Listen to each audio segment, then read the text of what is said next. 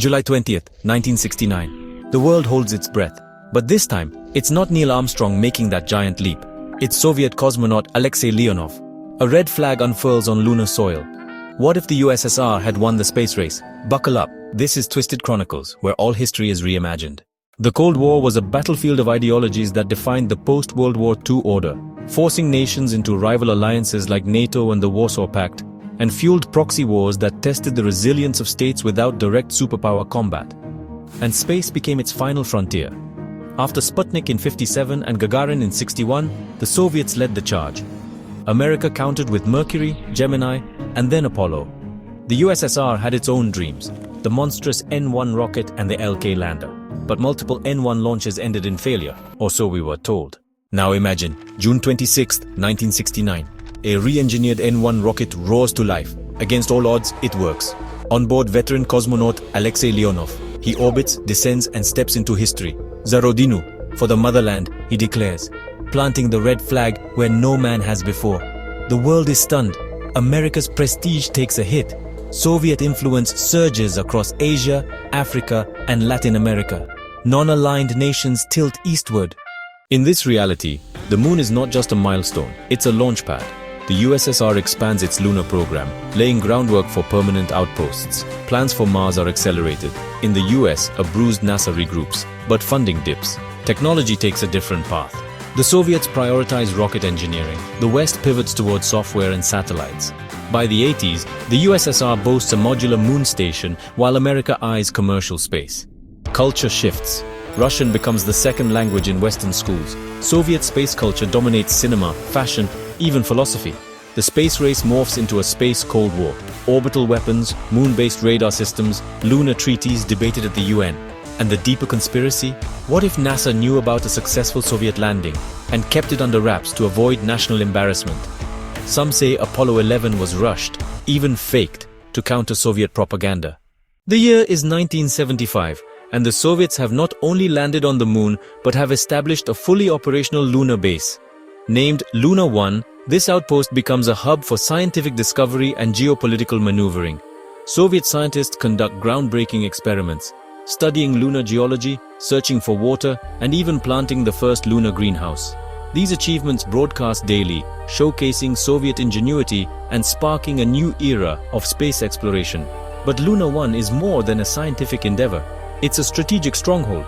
Equipped with advanced communication arrays and surveillance equipment, the base monitors Earth and beyond.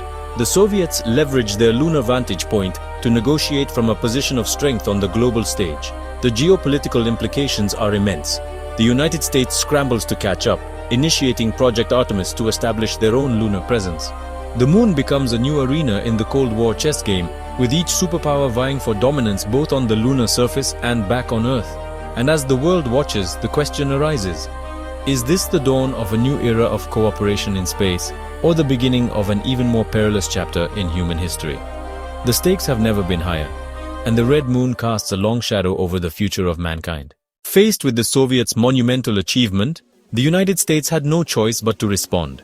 The American public, gripped by a mix of awe and anxiety, demanded action. Thus, Project Artemis was born. This ambitious program aimed not only to land Americans on the moon, but to establish a base that could rival Luna 1. NASA engineers worked around the clock, fueled by a renewed sense of urgency and national pride. Cutting-edge technology was developed at a breakneck pace. The Saturn V rocket was modified for extended missions, and new lunar modules were designed to support long-term habitation. By 1978, the United States had successfully landed the first astronauts on the moon since Apollo. They set up Freedom Base, a counterpart to Luna 1, with its own array of scientific instruments and surveillance equipment. But the American response didn't stop there. The US launched a series of robotic missions to Mars and the outer planets, aiming to outpace Soviet exploration. They also invested heavily in space-based defense systems, ensuring that they would not be outmatched in this new frontier. The technological advancements from Project Artemis had far-reaching impacts. Solar power, telecommunications, and medical technology saw significant breakthroughs driven by the demands of space exploration. Yet, the rivalry between the two superpowers continued to escalate. The moon, once a symbol of human achievement, had become a stage for geopolitical tension. As both nations fortified their lunar outposts, the world watched with bated breath, wondering what the next move would be in this high-stakes game of cosmic chess. The Soviet triumph on the moon sent shockwaves through global culture, affecting media, arts, and public perception in ways that were both profound and unexpected. In the United States, the initial shock gave way to a wave of introspection. Hollywood films began to reflect a darker, more complex view of space exploration, blending awe with caution. Iconic movies like Apollo's Shadow and Lunar's Edge explored themes of rivalry, survival, and the human spirit under pressure. Across the Atlantic, European filmmakers and artists were inspired by the Soviet achievement to explore themes of unity, collaboration, and the potential for a shared human destiny. The Cannes Film Festival saw a surge of space-themed entries, and galleries across Europe featured exhibitions inspired by the moon and its new significance. In the Soviet Union, the success on the moon was celebrated with grandiose state-sponsored art and media. Propaganda films depicted cosmonauts as heroes of the people, and lunar landscapes became a common motif in Soviet paintings and sculptures. The government leveraged this cultural moment to bolster national pride and reinforce the narrative of Soviet superiority. Meanwhile, music around the world started to echo the celestial milestone. Bands and composers incorporated space themes into their work, from rock anthems to orchestral symphonies. The moon landing became a symbol of human aspiration and the limitless potential of exploration. Public perception of space and science also shifted dramatically. Educational programs and science fiction literature saw a boom, inspiring a new generation of scientists, engineers, and dreamers. The world began to view space not just as a battleground for superpowers, but as a frontier for all humanity. The cultural ripple effects of the Soviet lunar success were far-reaching, influencing not just art and media, but also how people around the world saw their place in the universe. It was a reminder that while the stars may divide us, they also unite us in a shared quest for knowledge and discovery. As the dust settled on the Soviet lunar success, the future of space exploration took on a new and unpredictable trajectory. The United States, initially reeling from the Soviet triumph, doubled down on their space program. Determined not to be outdone, NASA accelerated their plans, aiming for a manned mission to Mars by the 1980s. But the Soviets were not content to rest on their laurels. They announced ambitious plans of their own, including constructing a permanent lunar base and initiating manned missions to the outer planets. The stage was set for a new era of competition and collaboration. In the 1970s and 1980s, the space race evolved into a complex dance of rivalry and cooperation. The US and USSR began to see the benefits of sharing knowledge and resources, leading to joint missions and the establishment of the International Lunar Research Station. This unprecedented collaboration aimed to harness the strengths of both nations to push the boundaries of human exploration. Yet, the underlying tension never fully dissipated. Each side continued to vie for dominance in the final frontier, leading to occasional conflicts and diplomatic standoffs. As the 21st century dawned, a new player entered the space arena: private enterprises. Companies like SpaceX and Roscosmos Enterprises emerged, driven by the promise of commercial space travel and colonization. These new actors introduced a fresh dynamic, often acting as mediators between the two superpowers while also pursuing their own ambitious agendas. The race to Mars became a three-way contest, with private companies, the US and the USSR each striving to be the first to plant their flag on the red planet. The spirit of exploration, tempered by the lessons of the past, began to shift from competition to cooperation. International coalitions formed to tackle the monumental challenges of space colonization, asteroid mining, and the search for extraterrestrial life.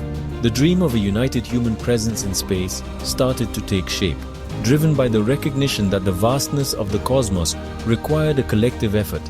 In this alternate timeline, the future of space exploration is a testament to both the indomitable human spirit and the complexities of geopolitical rivalry. It's a future where the stars are within reach, but only if humanity can navigate the delicate balance between competition and collaboration. What new discoveries await us in this Red Moon timeline? And will the spirit of cooperation ultimately prevail over the shadows of rivalry? The answers lie in the stars. As we reflect on this alternate timeline, where the Soviets beat America to the moon, we see a world reshaped by a single event. The Red Moon timeline offers a glimpse into the profound impact of historical moments and the delicate balance of power.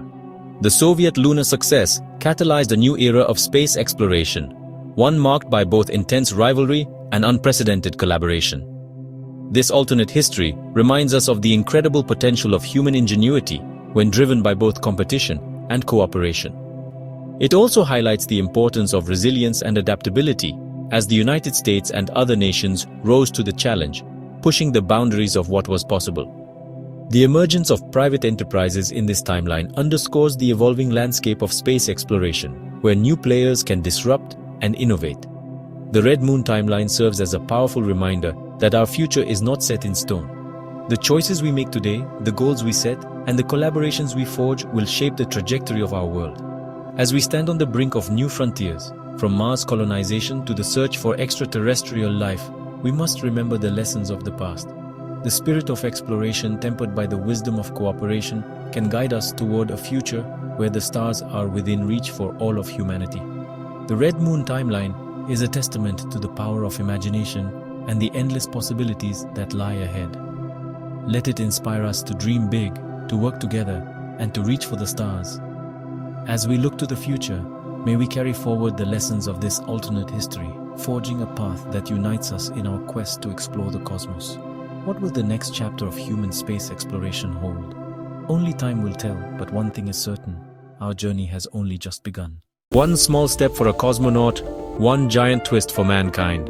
The race to the moon was more than a sprint. It was a symbol of power, pride, and possibility.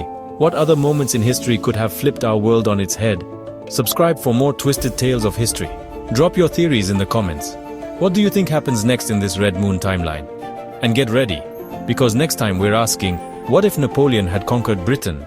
Stay curious, stay twisted.